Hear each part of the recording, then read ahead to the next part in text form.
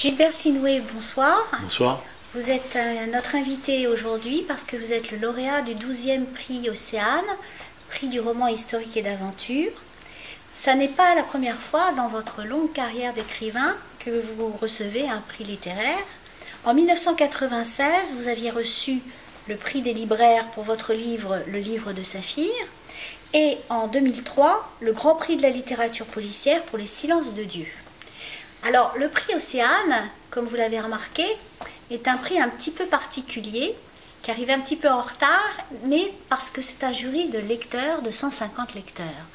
Alors, je voulais vous poser la question, comment vous, qui avez une expérience d'auteur et de lauréat, percevez-vous un prix comme celui-ci ? Écoutez, je vous mentirai en disant que ça ne me fait pas plaisir, c'est formidable. Et c'est d'autant plus formidable, je le soulignais, c'est que c'est un prix des lecteurs, c'est-à-dire un prix de gens qui lisent.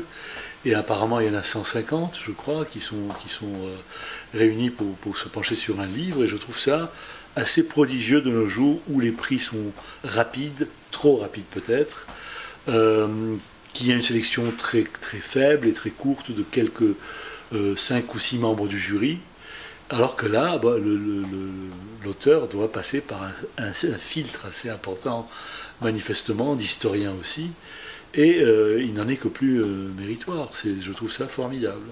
Formidable en plus qu'il soit soutenu par une librairie, et apparemment aussi par la ville du Havre. Tout ça lui confère des qualités extraordinaires. Alors effectivement, ce prix est organisé en partenariat avec la ville du Havre et le magazine Océane, qui est le magazine de la ville du Havre. Et le choix du sujet de ce prix, c'est-à-dire prix du roman historique et d'aventure, a pour but de toucher le plus large public, tous les lecteurs, puisque un magazine d'une ville arrive dans toutes les boîtes aux lettres. Alors, prix du roman historique et d'aventure, Le Havre est une ville à vocation ouverte, c'est un port, ouverte sur le monde, d'où l'aventure, et puis l'histoire parce que ça passionne tout le monde.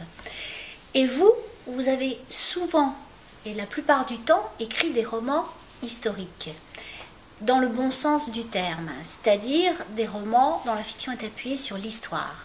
Et c'est le cas d'Erevan, votre livre qui a été lauréat aujourd'hui. Alors, vous avez abordé cette question très grave du génocide arménien. Comment avez-vous choisi d'aborder cette question et pourquoi ? Je l'ai abordé parce que je suis d'abord très sensible au sort des minorités, quelles qu'elles soient. Et je pense souvent à cette phrase de Camus qui disait « Un écrivain ne doit pas se mettre au service de ceux qui font l'histoire, mais de ceux qui la subissent ». Et j'ai toujours été touché par le sort des minorités. J'ai écrit un livre sur un épisode de la Shoah, et là je me suis intéressé au sort des Arméniens pendant la Première Guerre mondiale, parce que je crois que c'est un génocide oublié, et qui aujourd'hui mériterait d'être absolument reconnu par la communauté internationale, ce qui n'est toujours pas le cas. Et je trouve ça hallucinant qu'il y ait eu 1,5 million de morts, ou 1 million, peu importe, ne fût-ce que la moitié, qui ne soient pas aujourd'hui reconnus comme étant des victimes d'un gouvernement qui, à une époque, s'est fourvoyé sans pour autant attaquer et critiquer ou en vouloir aux nouvelles générations et aux Turcs aujourd'hui. Ce n'est pas parce qu'à une période de sa vie, un gouvernement s'est fourvoyé qu'il faut condamner les générations qui suivent. Mais il serait judicieux que le gouvernement turc actuel, en tout cas, fasse son mea culpa et reconnaisse qu'il y a eu un moment donné de son histoire où ça a été dramatique pour une population de son pays. Alors je l'ai écrit aussi parce que, vous le savez très bien, il est question de faire entrer la Turquie dans la communauté européenne, et j'estime, à tort ou à raison, mais à raison me semble-t-il, qu'il faut que la Turquie, avant d'accéder à la communauté européenne, reconnaisse une erreur de son histoire. Alors, vous avez réussi, et c'est ce qui fait de ce livre que c'est un livre magnifique et qui a été reconnu par tous nos lecteurs.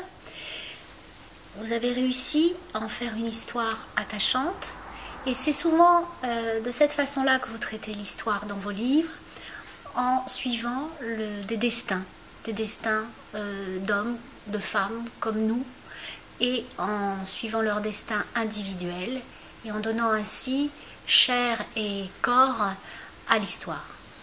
Parce que c'est à travers l'émotion qu'on touche les gens, parce que le lecteur, vous le savez parfaitement, s'identifie à ces personnages souvent, et donc vit à travers les personnages qu'il découvre des drames qu'il a peut-être lui-même vécu, que ce soit une histoire d'amour, une histoire de meurtre, un viol, un abandon.